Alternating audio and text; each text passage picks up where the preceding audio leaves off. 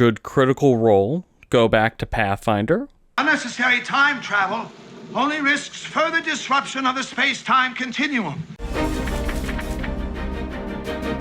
Before we examine the merits of moving to a new system, be sure to hit those like and subscribe buttons so you never miss a tabletop and fantasy update.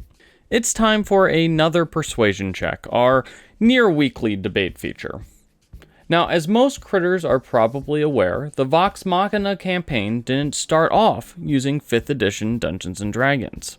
Instead, Matt Mercer taught his players how to play Pathfinder, a similar fantasy tabletop RPG that's built around an earlier Dungeons & Dragons rule set.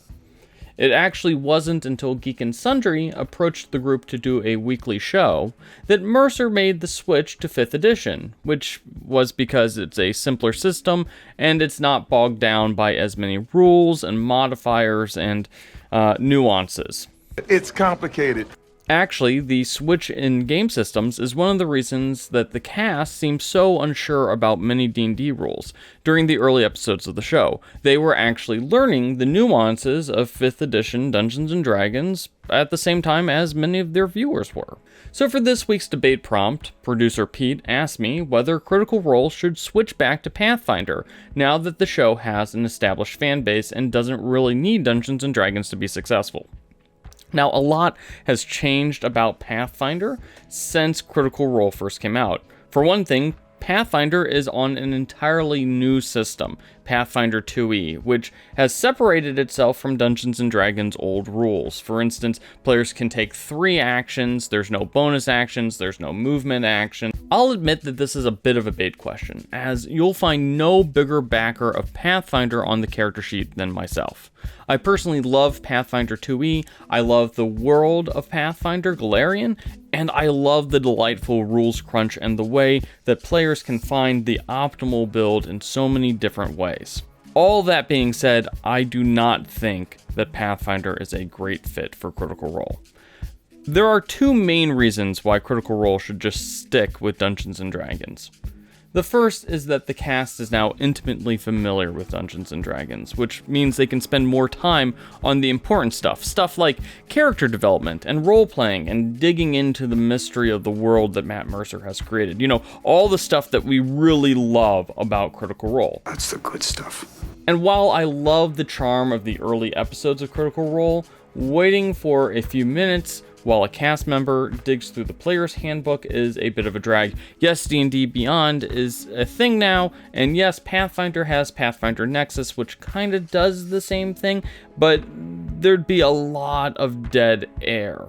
And sure, the cast made the best of all that dead air by showing off their personal charm during those early episodes, and really that is the reason why Critical Role was so popular during those early days. But really, the show is a different animal now. It's more polished, it's more professional, it's more streamlined.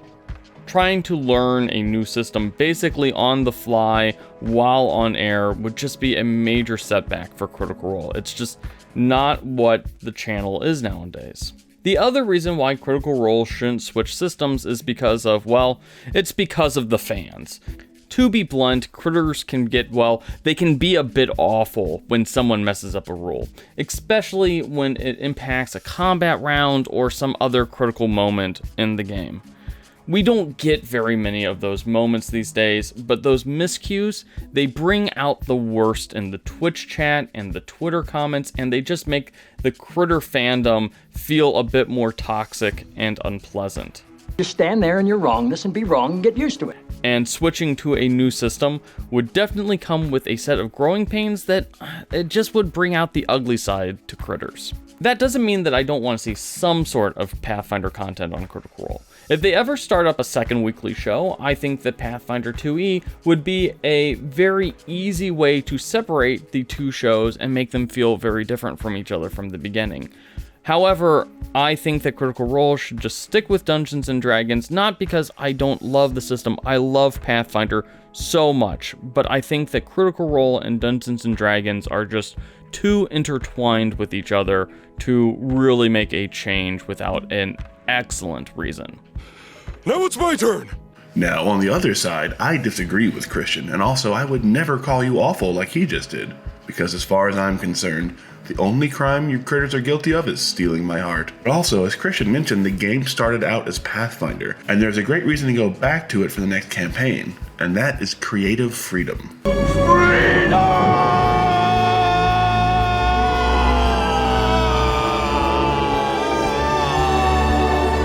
Fifth edition, while easy to learn and certainly a great RPG format in general, is also a bit sparse in terms of options. Just look at any Critical Role campaign and you will see exactly what I mean. In Season 1, Taliesin had been playing a gunslinger in Pathfinder, so when he ported Percy over to 5th edition, they basically just had nothing that would fit his class. So Matt had to homebrew the entire gunslinger subclass and all the firearms himself. Imagine if he had to stick to 5th edition rules, and instead of No Mercy Percy with his mighty rifle Bad News, we got Slightly Merciful Percival and his longbow, Moderately Distressful Information. He would basically have just been playing the same character as Vex, but without a bear. Bear fight! In Campaign 2, Matt had to not just create a subclass, but an entirely new class for Taliesin, who, spoiler alert, is kind of the problem child for new character homebrews, in the Bloodhunter class, and currently in Campaign 3, Taliesin is running around as a homebrew subclass of Barbarian with Chaos flavor to it. The point is that these all exist because of the limited options and restraints of 5th edition,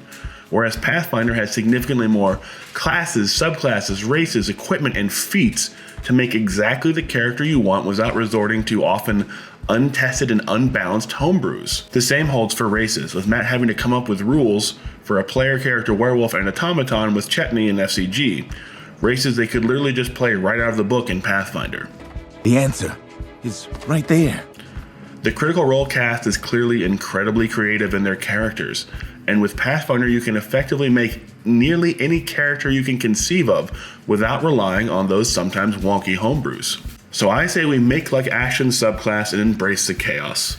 Critical Role is a show about huge creative choices and narrative freedom, so why not choose a system that embraces that freedom and takes a huge chunk of work off of Matt's plate at the same time? Imagine if Matt didn't have to pause at least 5 times in every episode when his party tried to do something weird just because 5th edition simply doesn't have the rules for what they wanted to do. That could all happen with a switch back to Pathfinder next campaign, and I suspect you critters would give them a lot more leeway with rules if they were in a brand new system versus just botching a 5th ed rule for the 4th time. So what do you think? Should Critical Role be ride or die for 5th ed, or is it time to migrate the game back to Pathfinder? Let us know which side you're on in the comments, toss us a like and a subscribe, and we'll see you for the next Persuasion Check.